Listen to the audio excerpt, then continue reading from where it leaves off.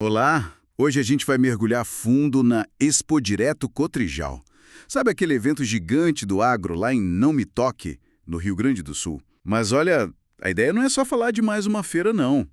A gente quer olhar para a Expo Direto como Ah, um espelho mesmo, para entender as transformações enormes e também as tensões, sabe, que estão rolando no campo brasileiro. É um lugar-chave para tecnologia, para negócios, claro, mas também, e é isso que a gente vai explorar, para como se constrói a imagem do agro hoje. Exatamente. A gente vai focar aqui no período mais ou menos entre 2013 e 2025. E para essa conversa, a gente está se baseando numa pesquisa acadêmica bem robusta, viu? Feita por Godoy e Spinelli. Eles foram a fundo mesmo, analisaram tipo horas e horas de vídeos da própria Cotrijal, notícias do site da feira. E não só isso, eles também fizeram observações lá no local. Para processar tudo isso, eles usaram conceitos importantes como tecnosfera e piscosfera, do Milton Santos, sabe? E também ferramentas de análise mais modernas, até inteligência artificial para sacar os padrões nos discursos nas práticas da feira. Certo. Então, a nossa missão aqui é meio que desconstruir isso, né? Queremos entender como a Expo Direto funciona em duas frentes. De um lado, como ela materializa a tal tecnosfera, ou seja, todo aquele aparato físico, as máquinas, os softwares, a tecnologia que, bom, muda a paisagem, muda a produção. E do outro lado, como ela constrói e espalha a psicosfera. As ideias, as narrativas, os valores, o imaginário que circula e que dá sentido para tudo isso. E, claro, investigar as contradições que aparecem quando a gente junta tecnologia e discurso, né? Pensando no impacto para a região, para as pessoas, para a sustentabilidade. Vamos começar então pela parte mais, digamos, visível, a tecnosfera. A Expo Direto é, sem dúvida, uma vitrine tecnológica impressionante, né? Parece que o grande lance é mostrar o que tem de mais novo para produzir mais, para competir mais. Sem dúvida, é o palco principal para lançamentos, né? Máquinas, drones, biotecnologia, agricultura de precisão, tudo tá lá. E é aí que o conceito de tecnosfera do Milton Santos ajuda a gente a entender a profundidade disso. Ele descreve a tecnosfera como esse conjunto de objetos técnicos, sabe? De sistemas artificiais que o ser humano cria e que se instalam no espaço geográfico e transformam ele radicalmente. Na Expo Direto, isso é muito concreto. Você vê os tratores autônomos, os sensores em todo lugar, softwares de gestão super complexos, novas sementes. É a técnica ali se materializando e reorganizando o espaço rural. E essa pesquisa que a gente está usando de base, ela conseguiu mapear a evolução dessa tecnosfera ao longo desses anos, de 2013 para cá. Mudou muito tipo de tecnologia que estava em destaque. Sim, a análise mostra uma evolução bem clara. Numa primeira fase, vamos dizer, de 2013 até uns 2019, o foco ainda era muito forte na mecanização mais avançada. Máquinas maiores, mais eficientes, sabe? E também na introdução de tecnologias como os drones, os primeiros sistemas de agricultura de precisão. O objetivo ali era muito claro: aumentar a produtividade por hectare, otimizar o trabalho no campo. Entendi. Era a tecnologia chegando com força, mas talvez ainda muito ligada à operação direta na lavoura, né? Exato, mas aí, a partir de 2020, mais ou menos, a coisa muda de figura, entra numa nova fase, a digitalização se torna muito mais intensa, muito mais central. Não é por acaso que em 2020 eles criam a Arena Agrodigital, um espaço só para isso. Aí a conversa passa a ser sobre inteligência artificial no manejo, a análise de Big Data para decidir o que fazer, internet das coisas conectando tudo, plataformas digitais integrando a cadeia toda e até tecnologia espacial, imagem de satélite, sensoriamento remoto ficando mais comum nas discussões. Uau! Então, é um salto qualitativo bem grande mesmo, de máquinas e drones para um ecossistema digital inteiro. É um salto enorme, a gente entra de cabeça no que o Milton Santos chamaria de meio técnico-científico informacional. A informação, o dado, o algoritmo passam a ser tão ou mais importantes que a própria máquina. E aqui tem um ponto-chave que a pesquisa destaca. Essa tecnificação toda, ela não é neutra, viu? Ela não só melhora a produção, ela ativamente reconfigura o território, as relações de trabalho, as relações econômicas, define quem consegue participar desse novo jogo, quem tem grana para acessar essas ferramentas e quem corre o risco de ficar para trás. Ela molda o tipo de agricultura que é vista como moderna, como viável. Essa questão da neutralidade da tecnologia é fundamental mesmo. E se a tecnosfera é tipo o hardware que transforma o campo, como é que funciona o software? Quer dizer, como a Expo Direita trabalha as ideias, as narrativas, a tal da psicosfera, para dar sentido a isso tudo? Ótima conexão. A psicosfera, para Milton Santos, é justamente isso. O universo das ideias, das crenças, dos discursos, dos símbolos. Do imaginário que circula, que é compartilhado e que acaba, orientando como as pessoas percebem o espaço e agem nele. E a pesquisa identificou uma narrativa dominante muito consistente, muito poderosa na Expo Direita. E qual seria, assim, a espinha dorsal dessa narrativa? O que ela mais repete? Basicamente, ela se apoia em 2 pilares bem fortes. O primeiro é um otimismo, sabe? Quase inabalável. Nos discursos oficiais, nos balanços de negócios que são sempre comemorados, a tônica de confiança, de superação, de um setor que não para. Mesmo em ano de seca, de crise, a mensagem é de resiliência, de fé no futuro. O segundo pilar é o que alguns teóricos chamam de cultura da performance, ou performatividade. Há uma valorização imensa da eficiência, da produtividade, dos resultados que dá para medir, do desempenho econômico. A imagem que se projeta é de um agro gigante, pujante, o grande motor que puxa a economia do Estado, do país. Entendo. É uma narrativa que celebra a força, os resultados, mas e os problemas? Os desafios mais complexos, por exemplo, a questão ambiental, as mudanças climáticas. Isso afeta o agro diretamente. Como isso entra nesse discurso? Aí que a análise da psicosfera fica muito interessante. A pesquisa aponta que esses desafios estruturais, como o impacto ambiental da produção intensiva ou a crise climática que está aí, eles não são negados, não, mas são frequentemente deslocados. A narrativa dominante tende a apresentar esses problemas como algo que vai ser resolvido pela tecnologia futura. Ou seja, a inovação que ainda vai chegar é que vai dar conta da sustentabilidade, da adaptação ao clima. O efeito prático disso é diminuir a urgência de mudanças mais profundas, mais sistêmicas, agora, no presente. Funciona quase como uma estratégia de discurso para manter o foco no otimismo e na performance, sabe? Adia o enfrentamento de questões mais espinhosas. Nossa, isso é sutil, mas é poderoso, hein? E a palavra sustentabilidade, ela aparece muito. Porque hoje em dia parece que todo mundo tem que falar disso, né? Aparecem. Seria impossível não falar hoje. Mas a análise quantitativa dos conteúdos da feira mostrou uma coisa interessante. Embora a menção à sustentabilidade tenha crescido um pouco, especialmente depois de 2019, ela ainda fica bem atrás de termos como inovação, tecnologia, digitalização em frequência de uso. E talvez mais importante do que quantas vezes aparece, é como aparece. E como ela costuma ser abordada? Qual é o enquadramento que dão para ela? Quer dizer, adota-se práticas sustentáveis porque isso agrega valor ao produto, abre mercado lá fora, atende exigência de consumidor, melhora a imagem do setor. É uma visão muito mais instrumental, estratégica, do que uma mudança de paradigma mesmo, entende? Promove-se muito a ideia de uma agricultura regenerativa ou de baixo carbono, que seria alcançada justamente pela tecnologia mais intensa. Mais biotecnologia, mais digitalização. Uma abordagem que, na prática, se distancia bastante da visão mais holística, mais ecológica da agroecologia, por exemplo. Entendi. Fica claro que a tecnologia continua sendo a estrela principal até para resolver os problemas que ela mesma pode, em parte, criar. Isso me leva a perguntar, quem está no comando dessa narrativa toda? Quem define os rumos? Quem mais se beneficia desse modelo que a Expo Direto apresenta?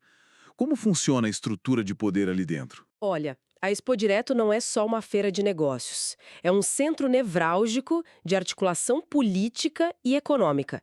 A Cotrijal, como cooperativa que organiza, tem um papel central.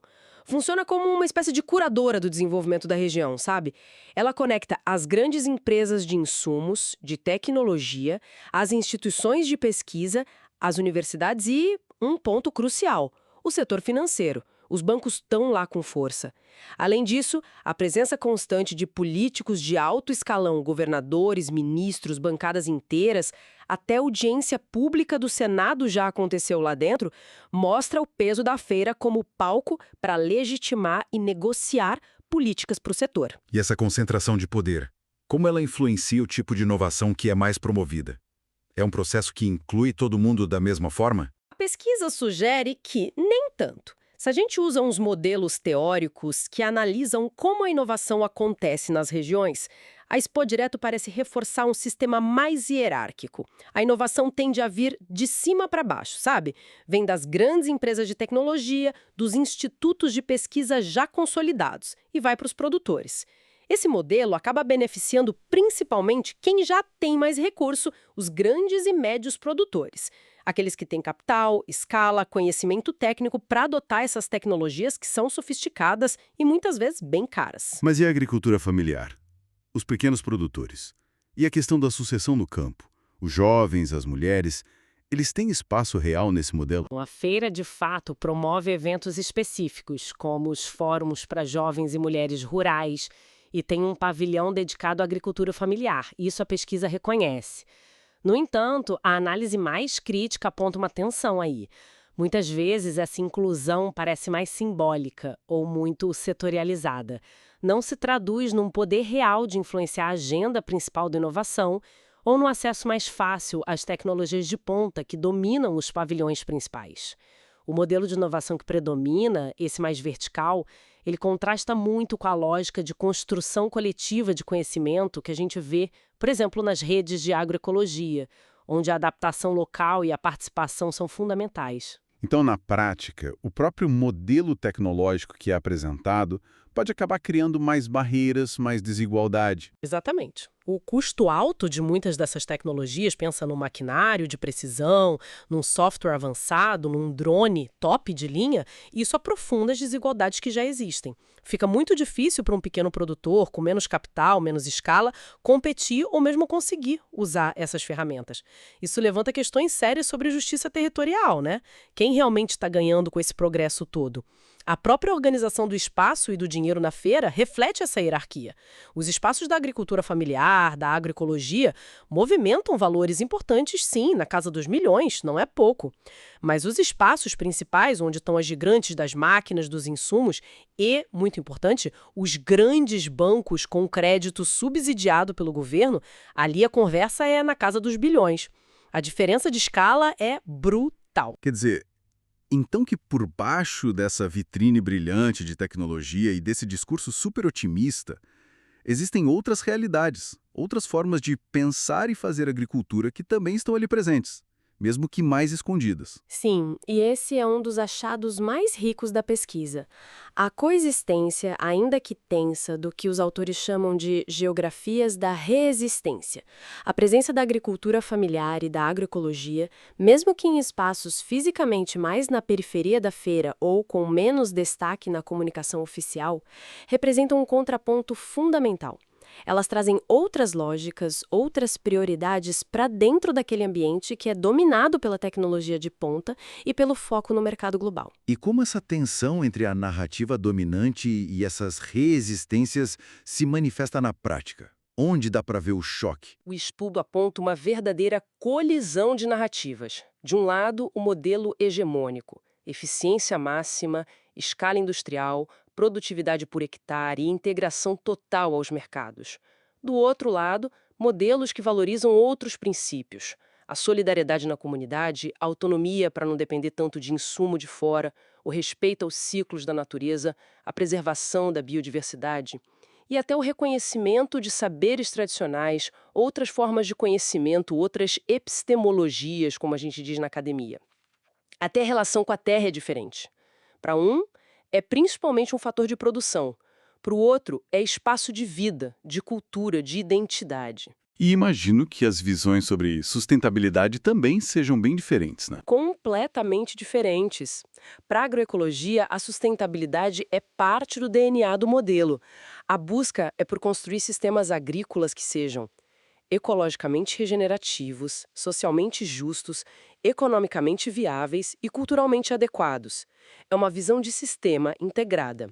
Já na narrativa que domina a Expo Direto, como a gente viu, a sustentabilidade tende a ser tratada de forma mais fatiada, sabe? Como uma ferramenta para gerenciar risco, para acessar mercado ou para ser mais eficiente no uso de recurso. Muitas vezes ainda dentro da mesma lógica produtivista e dependente de tecnologia. Isso levanta uma questão crucial. Que futuro sustentável está sendo de fato construído e promovido ali? E essa tensão toda, ela é visível para quem visita a feira, onde a pesquisa encontrou as evidências mais concretas dessa dinâmica. A gente vê tecnologias de pacote, prontas para comprar e aplicar. Nos espaços da agroecologia, a inovação muitas vezes é fruto de processo mais lento, participativo, adaptado ali para as condições locais. Terceiro, e isso é bem significativo, a ausência ou baixo destaque nos canais oficiais da feira, nos vídeos, nas notícias, para inovações agroecológicas importantes. Coisas como sistemas agroflorestais complexos ou técnicas que já existem e funcionam para produzir grãos sem agrotóxico em escala maior. Elas existem, são praticadas na região, mas não ganham o mesmo tipo de holofote que o último trator lançado ou o software mais moderno. Certo. Então, se a gente for amarrar tudo isso, a Expo Direto aparece como esse palco impressionante do avanço tecnológico no agro, né? Impulsionando a modernização. Mas, por outro lado, essa mesma dinâmica, pelo jeito como a tecnologia é apresentada e pela narrativa que vem junto, pode acabar reforçando desigualdades, tanto sociais quanto econômicas, e promovendo uma visão de sustentabilidade talvez um pouco mais restrita, muito focada na solução tecnológica e de mercado. A interação entre a tecnosfera e a psicosfera parece ser a chave para entender essa complexidade toda, né? Exatamente. A análise consolidada dos dados, olhando essa trajetória de 2013 até 2025, confirma isso. Tem uma evolução tecnológica inegável e cada vez mais rápida, especialmente com a digitalização. Isso é fato. Tem uma narrativa persistente de otimismo e performance que molda como a gente percebe o setor. Tem uma rede de atores cada vez mais complexa. Empresas globais, startups, bancos, governo, pesquisa, todo mundo ali. No entanto, as estruturas de governança, de como os benefícios dessa inovação são distribuídos, elas parecem continuar bem hierárquicas, favorecendo quem já está no topo. É uma dinâmica dialética, sabe? A mesma tecnologia que pode trazer ganhos de eficiência, reduzir certos impactos, ela também pode, se não for pensada de forma crítica, aprofundar a exclusão e concentrar ainda mais poder e riqueza. E tem uma ironia trágica nisso tudo, né? Especialmente pensando nos eventos climáticos extremos que aconteceram recentemente no próprio Rio Grande do Sul. Eles mostraram de forma muito dura a vulnerabilidade de um modelo talvez confiante demais na tecnologia e nesse discurso otimista, sem dar o peso necessário para a resiliência ecológica, para a diversidade de produção, para a coesão social. É uma análise que realmente joga a luz sobre as complexidades, as contradições do desenvolvimento do campo hoje em dia. Fica claro que a Expo Direto é muito mais que uma feira. É uma lente poderosa para a gente observar o futuro que está sendo desenhado para o agronegócio brasileiro. Um futuro de possibilidades tecnológicas incríveis, não dá para negar, mas também um futuro que obriga a gente a fazer perguntas difíceis sobre equidade, sobre justiça e sobre sustentabilidade de verdade. Sem dúvida nenhuma. E isso nos deixa com uma provocação final, sabe? Inspirada nas reflexões do próprio estudo. Pensando em toda essa dinâmica complexa entre tecnologia, discurso e poder que a gente observou na Expo Direto, como será que espaços tão influentes como esse poderiam ir além de ser só vitrines de tecnologia e balcões de negócios? Como eles poderiam se transformar em catalisadores de um desenvolvimento que seja, de fato, mais inclusivo, mais resiliente e mais sustentável para os territórios agrícolas? Principalmente agora com a crise climática batendo na porta cada vez mais forte e talvez o maior desafio de todos, como garantir que saberes e práticas diferentes, como os da agroecologia, sejam genuinamente integrados e valorizados nessas arenas. Não como uma coisa marginal, um apêndice ou só um discurso para ficar bonito, mas como parte central da construção de soluções para um futuro mais seguro e mais justo no campo. Fica a reflexão.